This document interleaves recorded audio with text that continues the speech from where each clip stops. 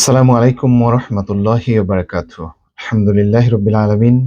ওয়াসসালাতু ওয়াসসালামু আলা সাইয়্যিদিল আমবিয়াই ওয়াল মুরসালিন ওয়া আলা আলিহি ওয়া সাহবিহি আজমাইন। রাব্বি ইশরাহ লি সাদরি ওয়া ইয়াসসির লি আমরি ওয়াহলুল উকদাতাম মিন লিসানি ইয়াফকাহু কওলি। আমিন ইয়া রাব্বাল আলামিন। সম্মানিত দর্শক মণ্ডলী, আপনাদের সবাইকে স্বাগত জানাচ্ছি আজকে কোরআনুল কারীমের ২৪তম পারার সারমর্মে। বরাবরের মতো সময় মাত্র ৫ মিনিট। চলুন সরাসরি সারমর্মে চলে যাই। ২৪তম পারা শুরু হয়েছে সূরা জুমারের ৩২ নম্বর আয়াতে এবং শেষ হয়েছে সূরা ফুসসিলাতের ৪৬ নম্বর আয়াতে।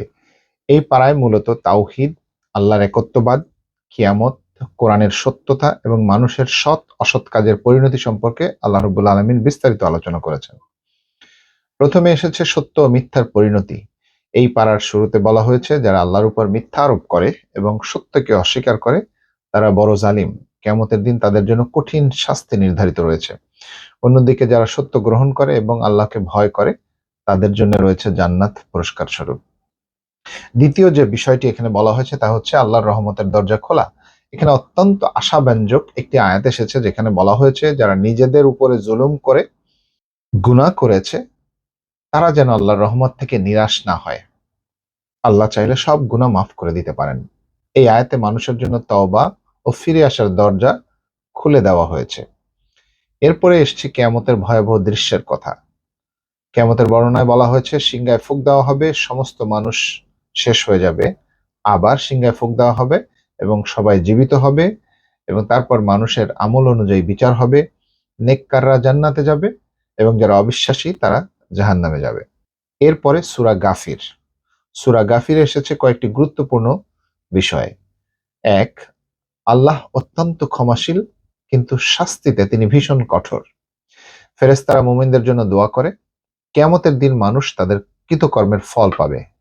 অহংকার ও সত্য অস্বীকারীদের জন্য রয়েছে কঠিন শাস্তি। এই সূরায় ফিরাউনের দরবারে থাকা এক মুমিন ব্যক্তির ঘটনা উল্লেখ করা হয়েছে যিনি সাহসের সাথে সত্যের পক্ষে কথা বলেছিলেন এবং মূসা আলাইহিস সালামকে সমর্থন করেছিলেন। এরপর এসেছে আল্লাহর নিদর্শন সমূহ। মানুষকে আল্লাহর সৃষ্টি সম্পর্কে চিন্তা করতে বলা হয়েছে। আকাশ নিয়ে চিন্তা করতে বলা হয়েছে, পৃথিবী, রাত দিনের পরিবর্তন, মানুষের সৃষ্টি, মানুষের জন্ম মৃত্যু এগুলি নিয়ে চিন্তা করতে বলা হয়েছে। সবকিছুই এক আল্লাহ তাআলার প্রমাণ বহন করে। এরপরে রয়েছে সূরা ফুসসিলাতের শিক্ষা। সূরা ফুসসিলাতের শুরুর অংশে কোরআনের মর্যাদা ও সত্যতা বর্ণনা করা হয়েছে। কোরআনে স্পষ্টভাবে ব্যাখ্যা করা আল্লাহর বাণী। যারা সত্য অস্বীকার করে তারা ক্ষতিগ্রস্ত হবে।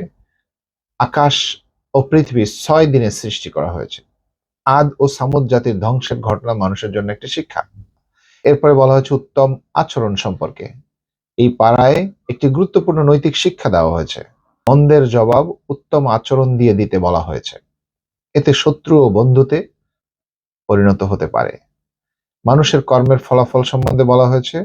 শেষ দিকে বলা হয়েছে যে ভালো কাজ করবে নিজেরই উপকার করবে, আর যে খারাপ কাজ করবে সে তার নিজেরই ক্ষতি করবে এবং সে নিজেই তা ভোগ করবে।